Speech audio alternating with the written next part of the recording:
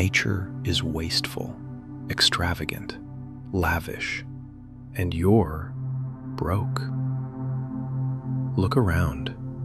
Millions of trees, billions of flowers, endless reproduction, constant creation. Nature doesn't hoard, doesn't ration, doesn't conserve. One tree produces thousands of seeds, knowing most will never grow. The ocean produces millions of fish, knowing most won't survive. The universe creates with absurd, reckless abundance. And yet, you struggle. You count pennies. You wonder if there's enough. The law of abundance is operating perfectly. Evidence is everywhere. So why aren't you participating in it?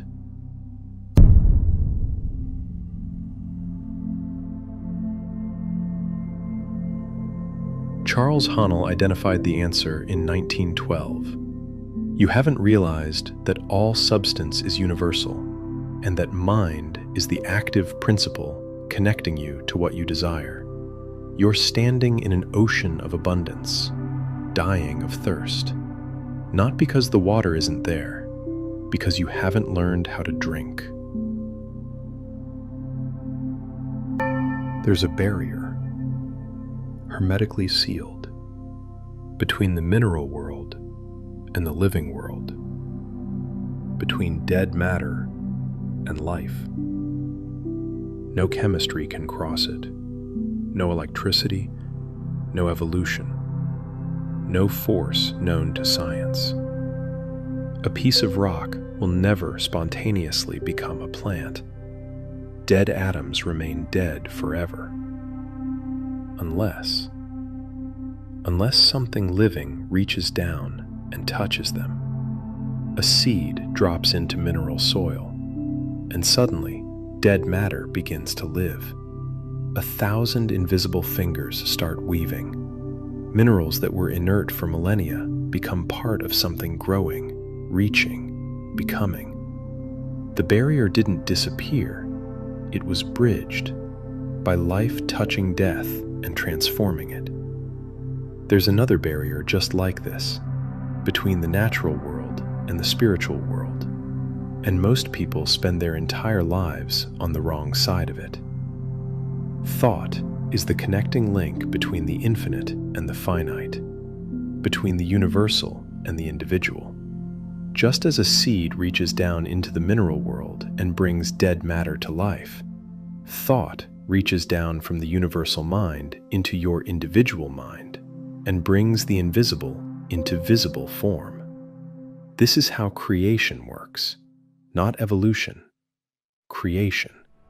Evolution unfolds what already exists. Creation calls into existence what doesn't yet exist in the objective world. When you drop a thought into the invisible substance of universal mind, that substance from which all things are created, it takes root. The law of growth begins, and conditions, environment, circumstances, become the objective form of your thought. Not sometimes, always. The law is that thought is an active, vital form of dynamic energy, with the power to correlate with its object and bring it from the invisible into the visible. This is why abundance is a natural law, yet so many fail to participate. They're thinking thoughts that don't correlate, that don't form the circuit, that don't bridge the barrier. Think of electricity, invisible power flowing everywhere. You can't see it, can't touch it, but you know it's there because you understand the laws governing it. You know how to form a circuit, flip a switch, complete the connection, and invisible power becomes light, heat, motion. But touch a live wire without insulation, violate the law, the result is painful, possibly fatal. The law doesn't care about your intentions. It just responds to whether you're operating in harmony with it. The same is true for the law of abundance. Abundance is everywhere, invisible, waiting. But if your thoughts aren't in harmony with the creative principle, if they're competitive, destructive, fearful, there's no polarity, no circuit, no connection. And what happens when a dynamo generates electricity, but the circuit is cut off and there's no outlet? It stops. Same with you. Thoughts that can't be polarized with the infinite cling to you, harass you, worry you, eventually manifest as disease, limitation, lack. Not as punishment, as natural consequence of operating outside the law. The ordinary person who fails blames luck, circumstances, other people. The market's bad. My boss doesn't like me. I wasn't given the same opportunities. They never think the problem through to the end. They don't see that every effect has a definite cause. And most of the time, the cause is their own thinking. So they console themselves with excuses instead of facing the truth. The person who understands cause and effect thinks differently. They get down to bedrock facts regardless of consequences. They follow truth wherever it leads. And the result? The world gives them everything it has to give. Friendship, honor, love, approval, abundance. Not because they're lucky, because they understand the law. All wealth is the offspring of power. Not physical power, spiritual power. Spiritual power exists on a higher plane.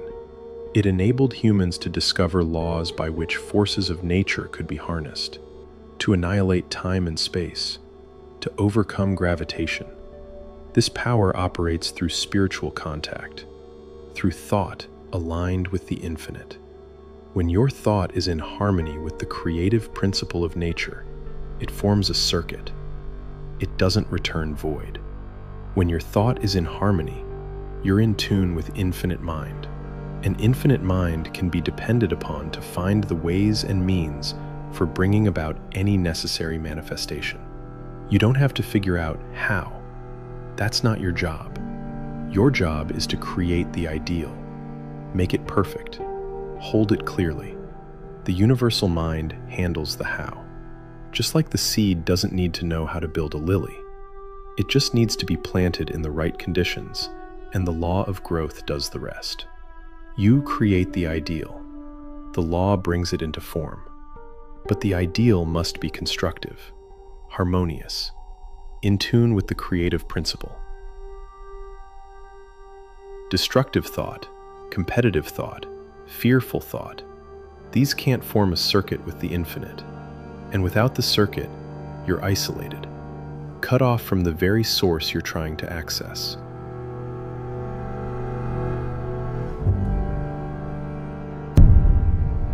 Let's build something together.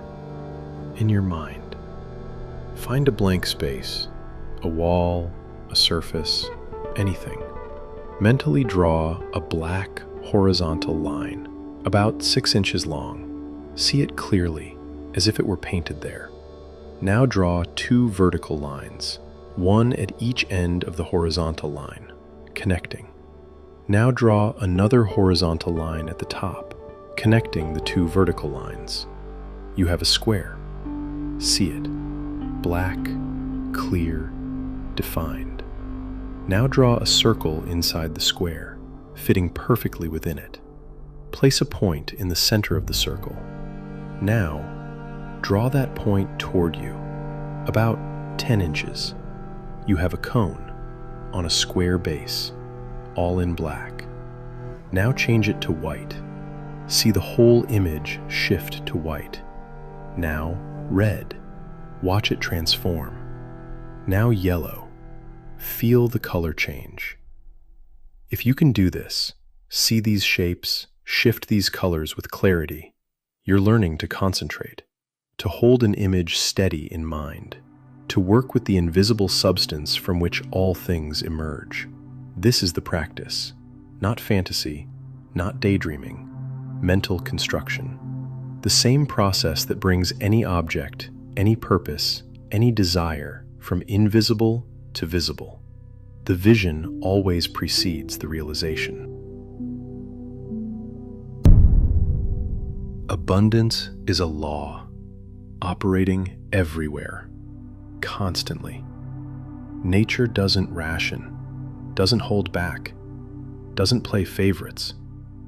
The reason you're not participating isn't because there isn't enough.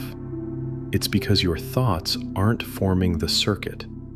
You're either thinking thoughts that can't be polarized with the infinite, destructive, competitive, fearful thoughts that isolate you, or you're waiting for abundance to drop from the sky instead of consciously applying the law. Knowledge doesn't apply itself. You must make the application, create the ideal, make it clear, perfect, harmonious. Hold it in thought until it takes root in the invisible substance. Then, trust the law of growth. Trust that universal mind knows the ways and means. Your job isn't to figure out how. It's to stay in harmony, to keep the circuit formed. And when you do, the things you seek begin seeking you. If this clarified something, leave a like. Subscribe for all 24 parts. In the comments, what's one ideal you're planting in the invisible substance today? Make it clear. Make it perfect. Say it.